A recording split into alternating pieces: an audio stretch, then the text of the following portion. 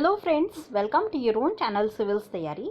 आज की comprehensive news analysis में आप सबका स्वागत है। कॉम्प्रिहेंसिव न्यूज़ एनालिसिस शुरू करने से पहले डेली आंसर राइटिंग चैलेंज के क्वेश्चंस को देखेंगे। पहला क्वेश्चन हमारा पेपर नंबर 2 से है। क्वेश्चन कहता है, culture of torture systemically propagated by our criminal justice system needs to change.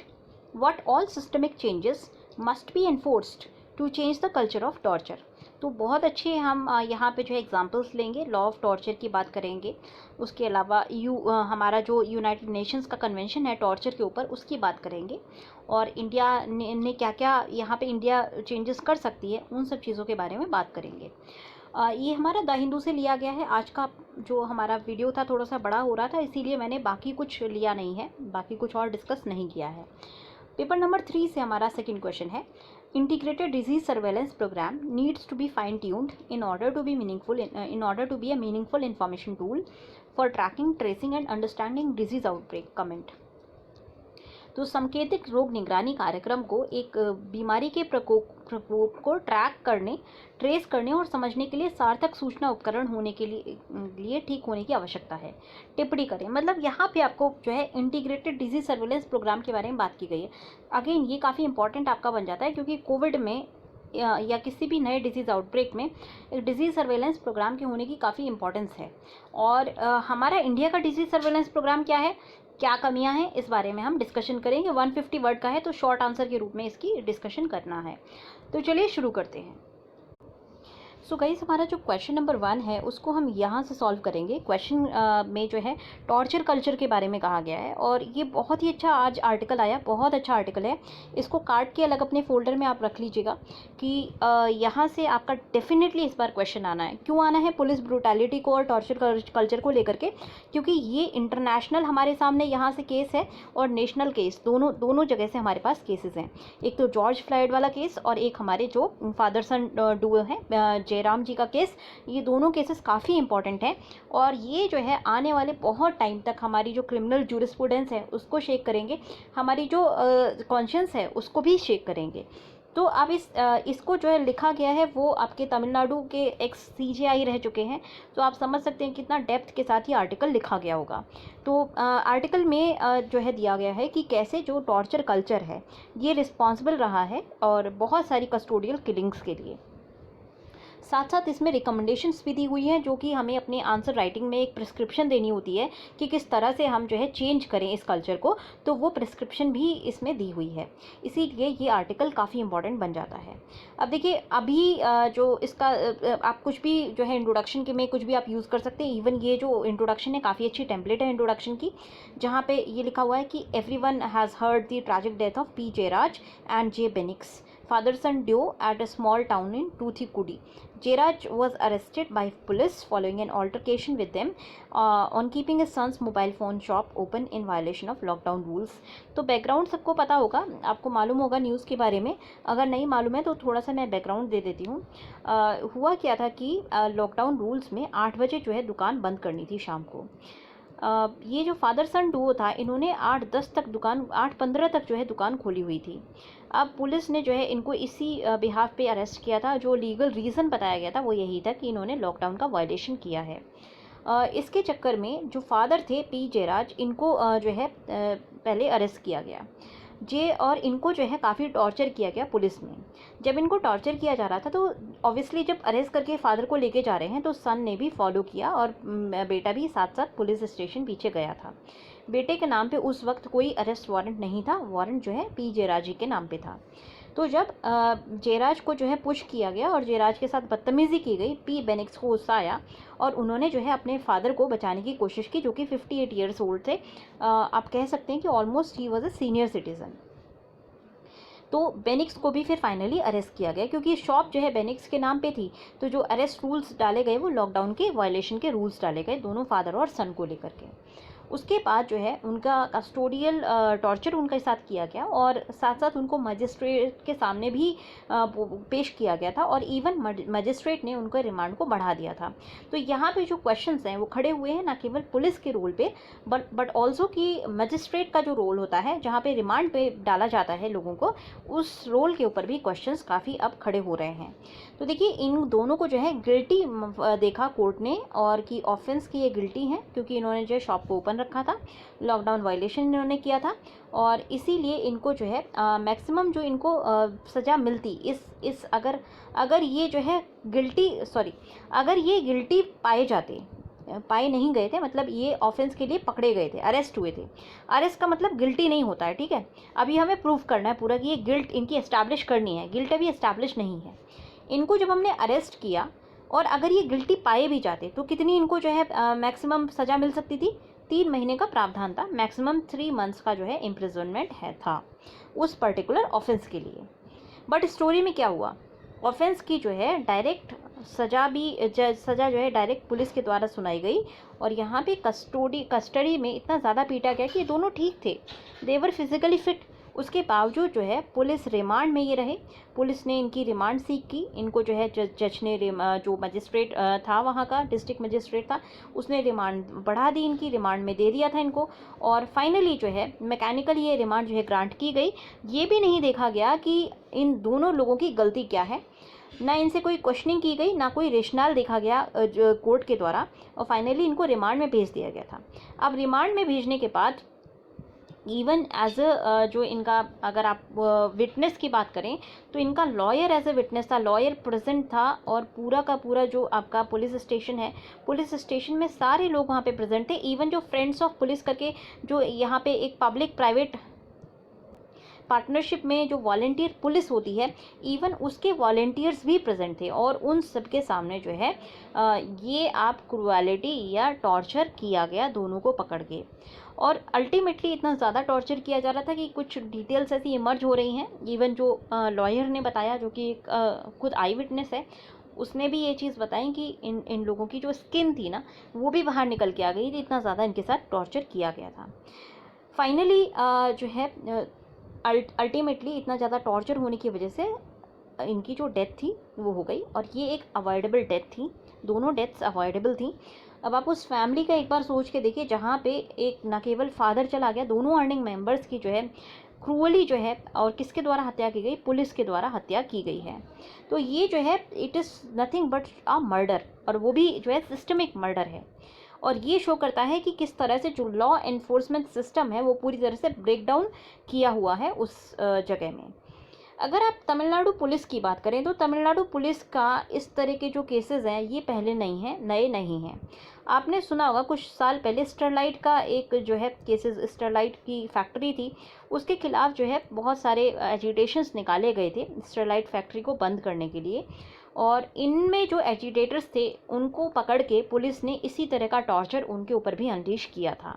तो ये कोई नई बात नहीं है। पुलिस का जो कल्चर है तमिलनाडु का स्पेसिफिकली, वो काफ़ी नोटोरियस है और काफ़ी जो है नोटोरियस टॉर्चरस मेथड जो है पुलिस एनफोर्समेंट एजेंसीज़ के द्वारा एम्प्लॉय किए जाते हैं। इतना ज़्यादा वहाँ पे जो नॉर्मलाइजेशन हो चुका है इस टॉर्चर का कि अगर आप तमिलनाडु की कुछ मूवीज़ देखेंगे जो पुलिस वाली होंगी, उनमें कहीं ना कहीं आपको जो है इवन मूवीज़ के अंदर टॉर्चर, पुलिस के हाथों टॉर्चर होते हुए क्रिमिनल्स को दिखाया जाएगा। अब मैं ये नहीं कह रही हूँ कि कोई ये टॉर्चर सही है या गलत है, अल्टीमेट मतलब ये क्रिमिनल्स के साथ किया जा रहा है या नॉन क्रिमिनल्स के साथ किया जा रहा है, अल्टीमेटली ये जो कल्चर है ये अपने आप में ये सही चीज़ नहीं है। क्योंकि देखिए जो क्राइम को देने का मतलब, क्राइम में जो पनिशमेंट है, पनिशमेंट देने का जो फ़र्ज़ होता है वो जजेस का होता है। पुलिस का फ़र्ज़ है कि वो सिर्फ क्रिमिनल्स को पकड़े और पकड़ के उनको पेश करे और उनके खिलाफ जो भी एविडेंसेस हैं उनको जजेस तक लेकर के आए, जिससे कि जज जो है पहले तो ये डिसाइड कर सके कि कोई गिल्टी है या नहीं, दूसरी चीज़ अगर गिल्ट एस्टैब्लिश होता है तो उसको जो है प्रॉपर पनिश कर सकें। तो ये जो पुलिस अपने हाथ में ले लेती है पनिशमेंट को और टॉर्चर को यूज़ करके पनिश करने की कोशिश करती है, ये हमारी जो कॉन्स्टिट्यूशनल स्कीम है उसमें एनविसाज नहीं किया गया है, पहली चीज़।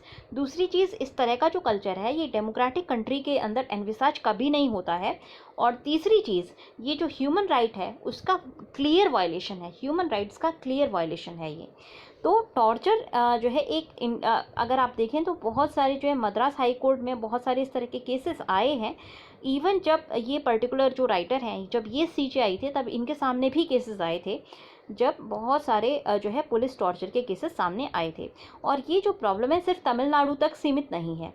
अगर हम सिस्टमिक स्टडी करें, और इसमें कोई रिसर्च अभी हुई नहीं है, सिस्टमिक अगर स्टडी की जाए टॉर्चर्स की, पुलिस के द्वारा जो टॉर्चर्स हो रहे हैं उसकी, तो ये एक सामने आएगी चीज़ एक प्रॉपर रिसर्च रिपोर्ट में, कि इस तरह के टॉर्चर्स जो है ऑल ओवर इंडिया बहुत प्रेवलेंट हैं और पुलिस के द्वारा जो है रूटीनली अनलीश किए जाते हैं। तो टॉर्चर ये इंटीग्रल पार्ट हो चुका है हमारे पुलिस कल्चर का पूरे कंट्री में। और ये जो है रिमाइंड कराता है हमें एक कॉलोनियल पुलिस की ब्रूटैलिटी की, जिसको हम भूलने के लिए काफ़ी आतुर हैं।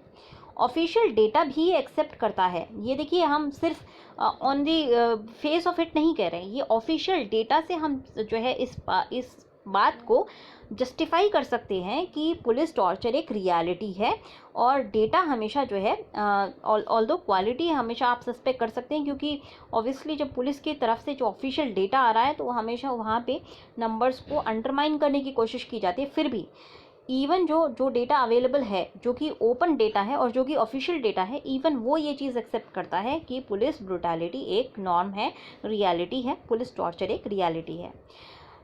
परवेसिवनेस का मतलब इतना ज़्यादा स्प्रेड हो चुका, वाइड स्प्रेड। जो वाइड स्प्रेड पुलिस टॉर्चर है, इसको हम बहुत सारे केसेस में देख सकते हैं, जो कि एनजीओ की रिपोर्ट्स ने देखी हैं, और या फिर जो human right, Asian centre of human right के जो रिपोर्ट्स हैं उसमें अगर आप देखेंगे, या एमनेस्टी इंटरनेशनल की रिपोर्ट्स में देखें, या फिर people's united for democratic rights, इन सब की अगर आप रिपोर्ट्स को देखेंगे तो आपको ये जो है रियलाइज़ होगा कि पुलिस टॉर्चर एक रियलिटी है इंडिया के अंदर। डेटा ये शो करता है कि पुलिस टॉर्चर न केवल एक इंटीग्रल पार्ट है हमारे इंडिया के पुलिसिंग कल्चर का, बल्कि ये जो है रूटीनली अप्लाई होता है बहुत सारे केसेस इन्वेस्टिगेशंस में, जैसे कि टेरर केसेस में जो है ये सेंटर पीस के रूप में एम्प्लॉय होता है। कुछ पर्टिकुलर लॉज हैं जहाँ पे ये जो है टॉर्चर का काफ़ी ज़्यादा यूसेज किया जाता है। फॉर एग्जांपल, आपने सुना होगा टाडा करके एक एक्ट थी, terrorist and disruptive activities prevention act. ठीक है, इसी तरह से एक और एक्ट है पोटा, जहाँ पे प्रिवेंशन ऑफ टेररिज्म एक्ट। ये जो एक्ट्स हैं जो कि अभी रिफर्विश करके इनको यूज़ किया जा रहा है। Maharashtra control of organised crime act, TADA POTA को हटाया गया था, बट अगेन इनको जो है पर्पज़ करके अलग अलग स्टेट्स में यूज़ किया जा रहा है, और इनमें टॉर्चर काफ़ी जो है एम्प्लॉय किया जाता है। अगर हम पुलिसिंग की बात करें तो पुलिसिंग ने मेन एक रीज़न ये है टॉर्चर को अनलीश करने का पुलिस के द्वारा, जो कि हमने कल वाले आर्टिकल में भी देखा था, और पीआरएस की जो रिपोर्ट कल हमने डिस्कस की थी उसमें भी देखा था। एक जो प्रोमिनेंट रीज़न है वो ये है कि पुलिस काफ़ी अंडर स्टाफ्ड है। पुलिस के पास जो है रिसोर्सेज नहीं है, टेक्नोलॉजिकल जो उसका असिस्टेंस अवेलेबल नहीं है, जिससे कि वो क्रिमिनोलॉजी को जो है थोड़ा सा असिस्ट कर पाए। और इन्वेस्टिगेशंस, उसके साथ साथ इन्वेस्टिगेशन और जो एक्चुअल क्रिमिनल है उसको पकड़ पाए। यहाँ पे देखिए, जो डीएनए एनालिसिस हुआ या बाकी जो टेक्नोलॉजीज़ हुई, वो हमारे यहाँ पे यूज़ ज़्यादा नहीं हो पा रही हैं। सो हमारे पास जो है ना प्रॉपर पुलिसिंग को मेंटेन करने के लिए प्रॉपर डीएनए एनालिसिस जैसी टेक्नोलॉजी, बाकी अगर आप यूएस की बात करें तो यूएस में आप देखिए इतनी अच्छी टेक्नोलॉजीज़ का यूसेज होता है। डीएनए एनालिसिस को वो प्रॉपरली इन्वेस्टिगेट करते हैं। फिर वहाँ पे इन्वेस्टिगेटेड विंग जो है अलग होती है, और जो नॉर्मल जो क्राइम को प्रिवेंशन की विंग होती है वो अलग होती है। तो कुछ पुलिस रिफॉर्म्स की अभी काफ़ी नीड है, जैसे कि इन्वेस्टिगेटिव विंग जो है वो बिल्कुल अलग होनी चाहिए आपकी जो नॉर्मल एक्टिविटीज़ है उनसे। दूसरी चीज़ ये है कि जो क्राइम प्रिवेंशन वाली ब्रांच, जो हमारी जैसे जो इंटेलिजेंस गैदरिंग ब्रांच है वो अलग होनी चाहिए। तो ये जो है सिस्टमिक हमें रिफॉर्म्स की ज़रूरत है। आज हम ये भी देखेंगे कि क्या क्या रिफॉर्म्स हम कर सकते हैं। ठीक है, तो ये चीज़ों को अगर हम इम्प्लीमेंट नहीं कर पा रहे हैं, इस वजह से पुलिस जो है ओवरबर्डन्ड है, और वो कहीं ना कहीं इन चीज़ों को एज अ शॉर्टकट यूज़ करती है। बट अगेन ये शॉर्टकट यूसेज नहीं होना चाहिए। जो भी प्रॉब्लम्स हैं उनको अब हमें हेड ऑन जो है एड्रेस करना है, जिससे कि हम जो है मॉडर्न इंडिया की एक मॉडर्न पुलिसिंग को अनलीश कर सकें इंडिया के अंदर। एक और जो पब्लिक सीक्रेट जो हम लेबल कर देते हैं वो टॉर्चर है, जो कि एक पब्लिक सीक्रेट है, सब जानते हैं बट कोई इस बारे में कुछ कहता नहीं है। इंडिया की जो ऑफिशियल पोजीशन है वो ये है कि हम स्टेट एंडोर्स, हम जो है टॉर्चर को एंडोर्स नहीं करते हैं। ये चीज़ देखी गई थी। एक जो स्पीच, हमारी जो ऑफिशियल पोजीशन है वो अटॉर्नी जनरल ऑफ इंडिया ने एक स्पीच दी थी यूनाइटेड नेशंस जनरल असेंबली के ग्राउंड पे, और उन्होंने कहा था कि इंडिया बिलीव करता है पीस में, नॉन वायलेंस में और ह्यूमन डिग्निटी में। तो हमारे यहाँ पे जो कॉन्सेप्ट ऑफ कल्चर है वो टॉर्चर है, वो टोटली एलियन है हमारे कल्चर में, और इसका कोई प्लेस नहीं है हमारी गवर्नेंस में या हमारे नेशन में।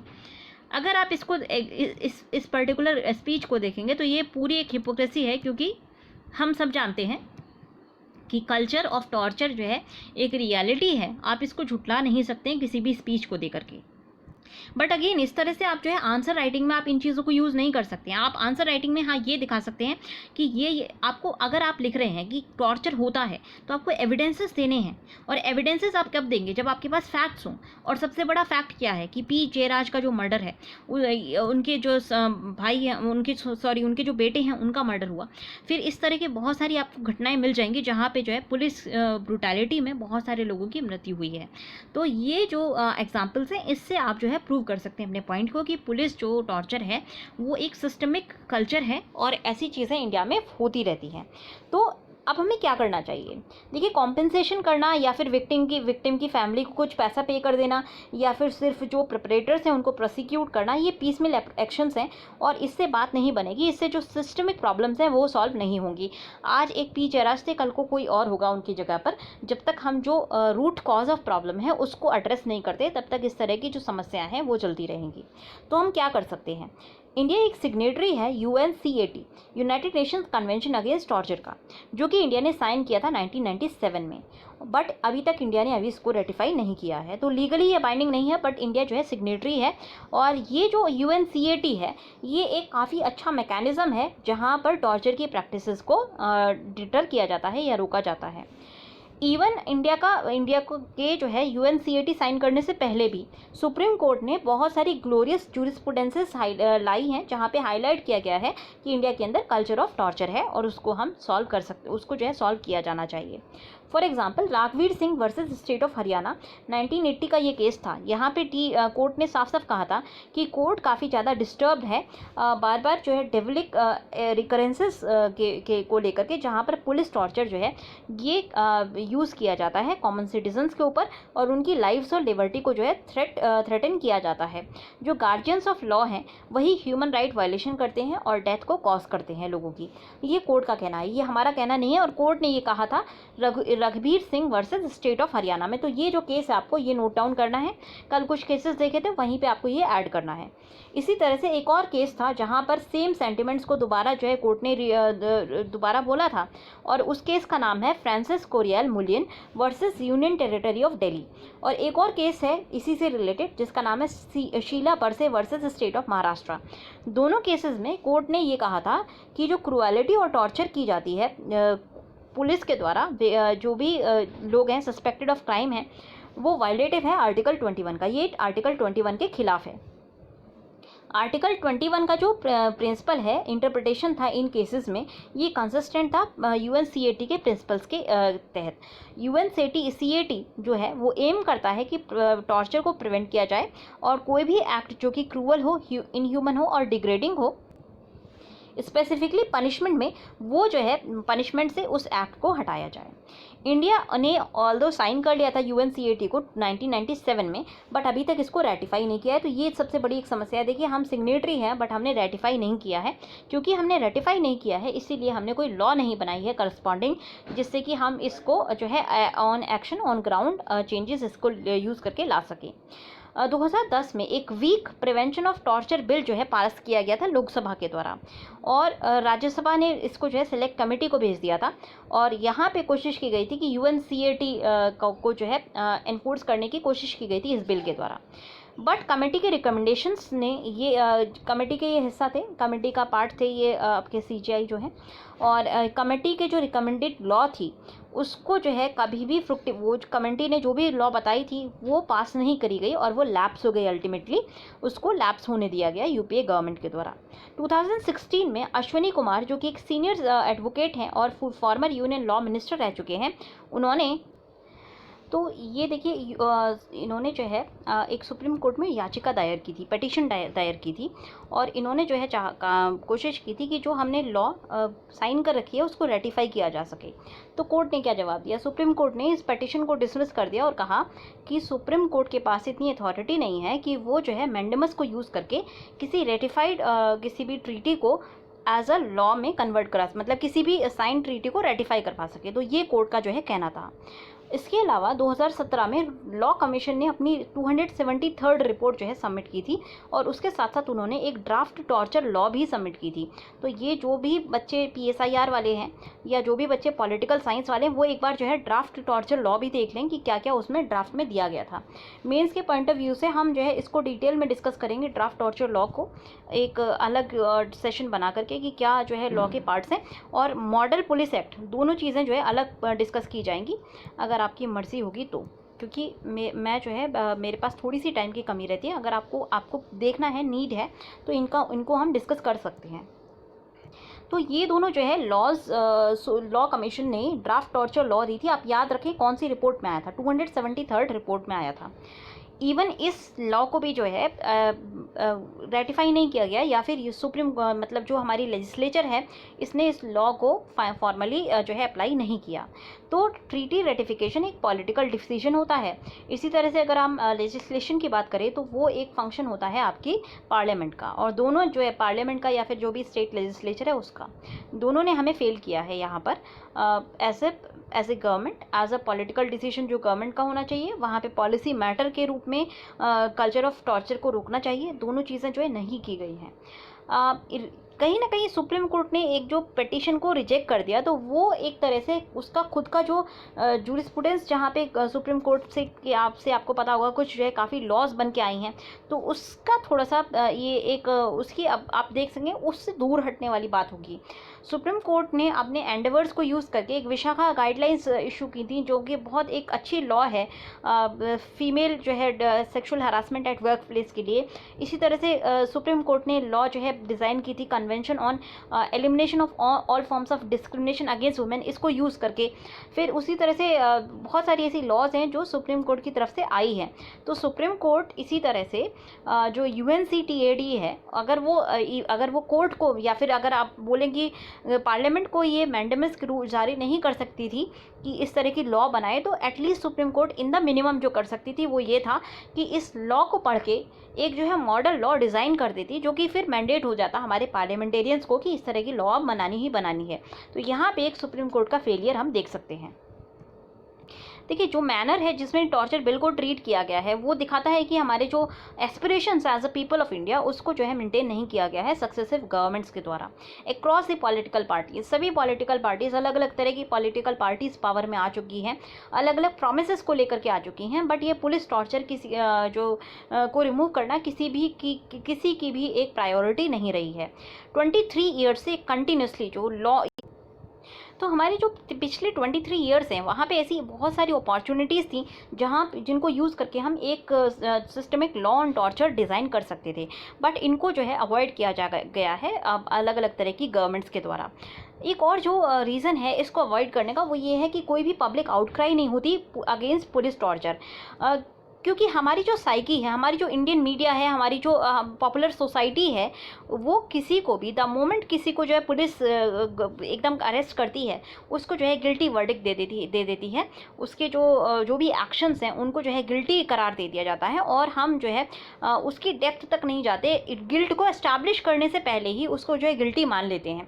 तो इन सब से क्या होता है कि पुलिस के ऊपर भी अगेन प्रेशर बढ़ जाता है कि जिसको भी उसने अरेस्ट किया है उसको जो है गिल्टी, क्योंकि पॉपुलर परसेप्शन में वो पर्सन ऑलरेडी गिल्टी जो है वर्डिक्ट दे दिया गया होता है मीडिया के द्वारा, सोसाइटी के द्वारा। तो अब पुलिस के ऊपर जो है एक प्रेशर हो जाता है कि इस पर्सन को किसी भी तरह गिल्टी जो है दिया जाए, गिल्टी वर्डिक्ट दिया जाए। और इस वजह से टॉर्चर जो है पुलिस सिस्टमेटिकली यूज़ करती है गिल्ट को एक्सेप्ट करवाने के लिए। तो इस तरह के जो कल्चर हैं, ये कल्चर हमारे लिए एज अ सोसाइटी हमारे लिए सही नहीं है।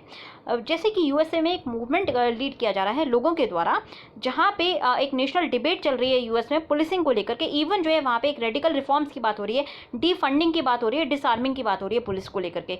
पुलिस को बिल्कुल डिफंड किया जाए, पुलिस की हमें कोई ज़रूरत नहीं है, पुलिस को डिसआर्म किया जाए, इस तरह के आर्ग्यूमेंट्स चल रहे हैं यूएसए में। इस तरह के आर्ग्यूमेंट्स इंडिया के अंदर तो बहुत फार फेच्ड हो जाएंगे, बट फिर भी एक पीपल मूवमेंट की ज़रूरत है जिससे कि हम नेसेसरी लेजिस्लेटिव चेंजेस ला सकें, एटलीस्ट कल्चर ऑफ टॉर्चर को कर्ब करने के लिए।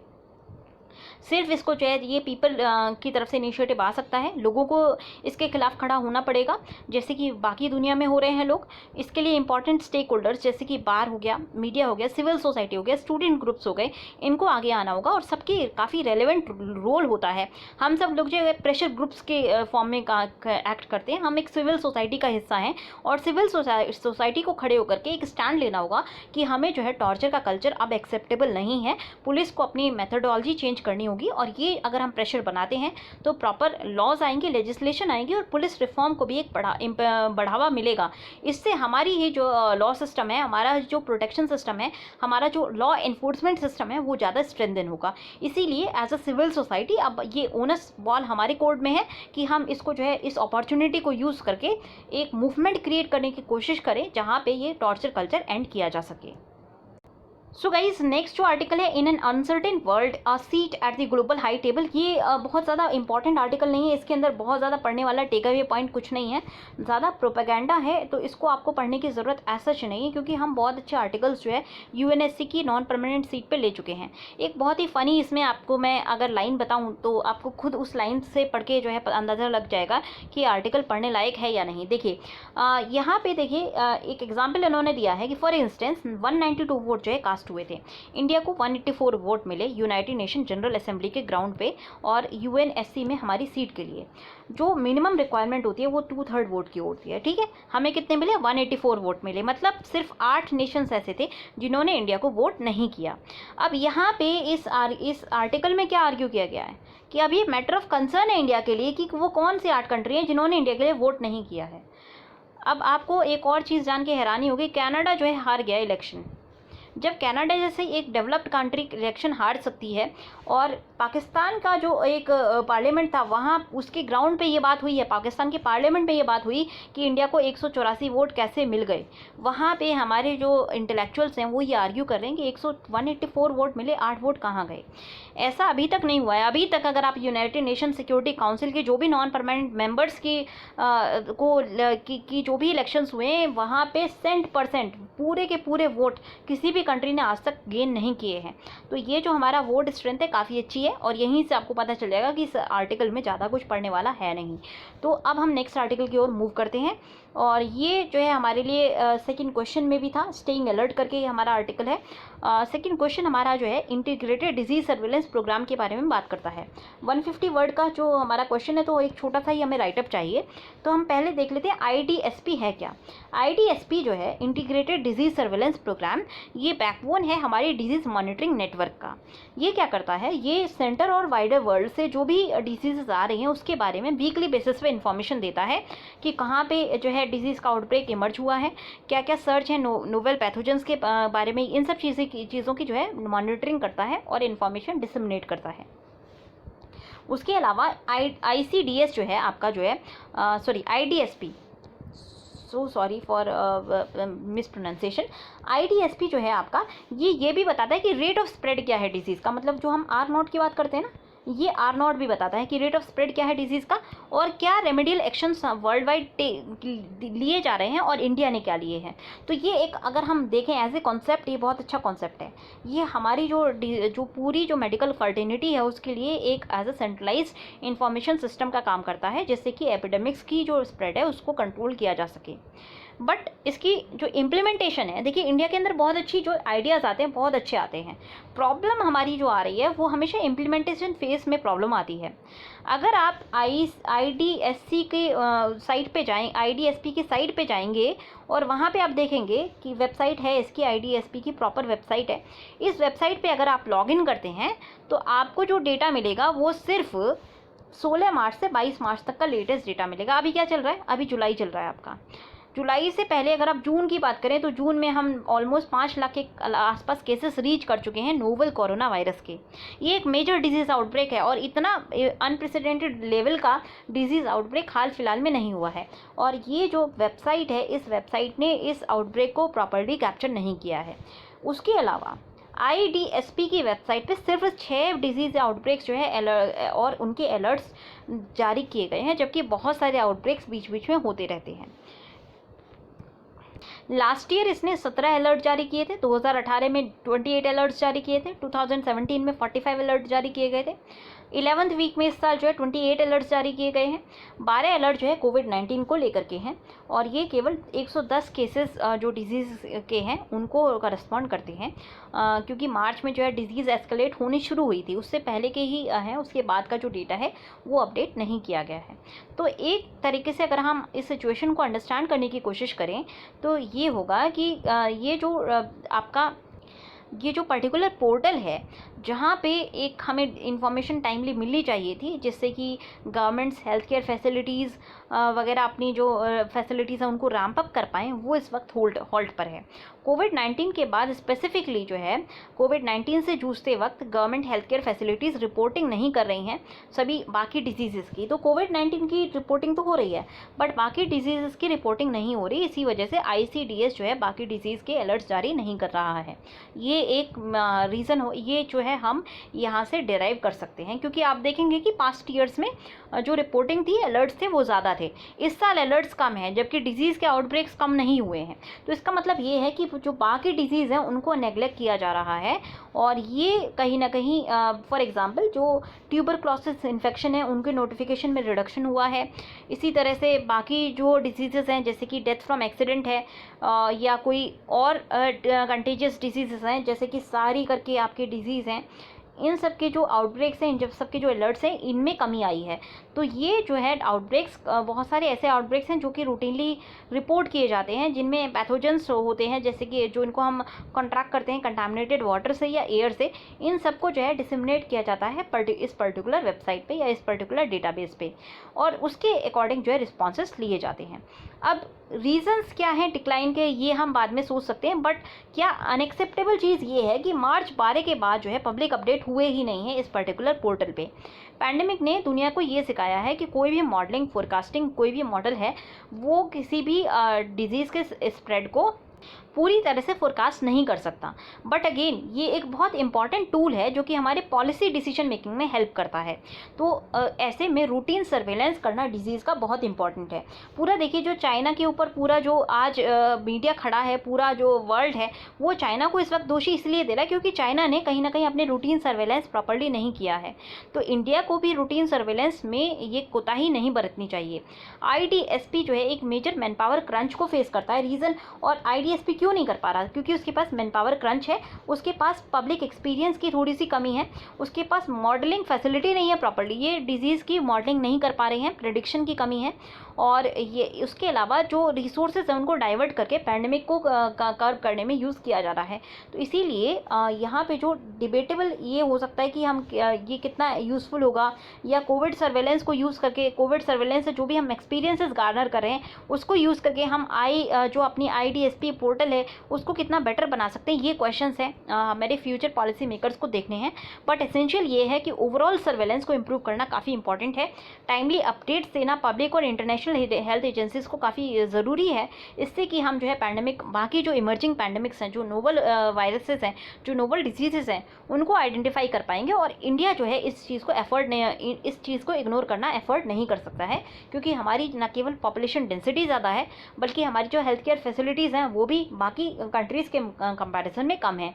तो ये मिनिमल चीज़ है जो हम कर सकते हैं जब हम डिजीज़ को अरेस्ट कर पाएँ, उसकी जल्दी से जल्दी सर्वेलेंस करके उसको जल्दी से जल्दी ट्रेंड को समझ के उसको डिजीज़ के बारे में जो मॉडल्स हैं उनको जनरेट करके अगर हम कर पाते हैं अरेस्ट अर्ली स्टेजेस में, तब हमारे लिए बेस्ट होगा। और उसके लिए हमें जो है अपनी जो पोर्टल है IDSP उसको ज़्यादा टूथ देने होंगे, उसको ज़्यादा जो है उसको जो है आर्टिफिशियल इंटेलिजेंस, टेक्नोलॉजिकल और मैन पावर सपोर्ट दे करके स्ट्रेंथन करना होगा।